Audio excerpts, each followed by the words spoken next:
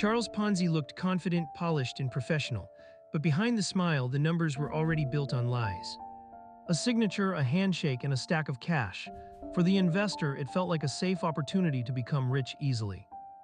The charts looked impressive, the promises sounded simple, and everyone wanted to believe the profits were real. Behind the desk, he pretended to calculate massive returns.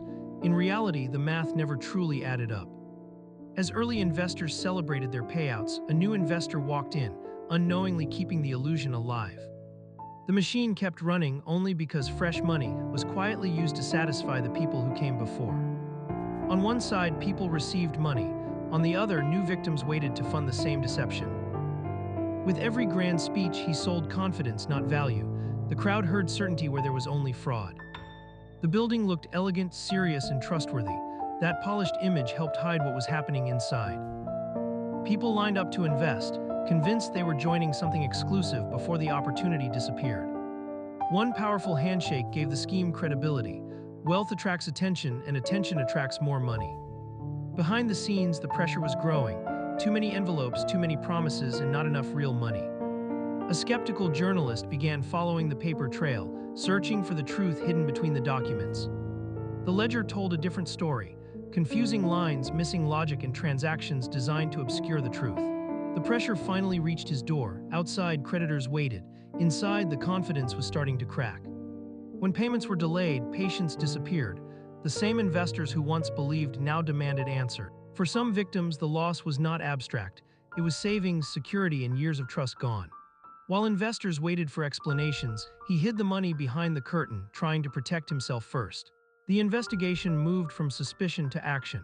Police arrived at the office as the scheme began to collapse. Piece by piece, the journalist connected the lies, the money flows, and the people left behind. Then came the locked door. No answers, no payments, and no one inside to take responsibility. The scammer tried to leave through the back door, carrying what remained of the illusion in a suitcase, but the escape route was already closed. In court, Charles Ponzi sat alone. The confident voice was gone, replaced by silence and consequences. The victims watched from the benches, angry and wounded, waiting for justice after losing more than money. The judge raised the gavel and the courtroom fell silent. The contracts looked official, but they were only props in a larger performance built to deceive. After several trials, Ponzi was sentenced to 7 years in prison, released in 1934 and deported to Italy. What remained was an empty office, scattered papers, and the wreckage of trust left behind. Ponzi had known how to exploit the lure of profit. Outside the closed building, victims stood in silence, realizing the warning signs had been there all along. Like every pyramid scheme, it could only stand while new money kept coming. Then the structure collapsed. For one investor, the collapse was painfully personal, a broken piggy bank and a lesson paid in savings.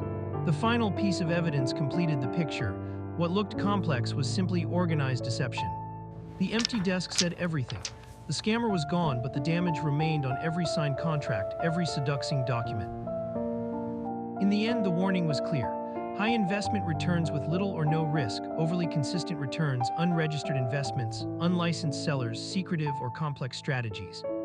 Issues with paperwork and difficulty receiving payments are red flags.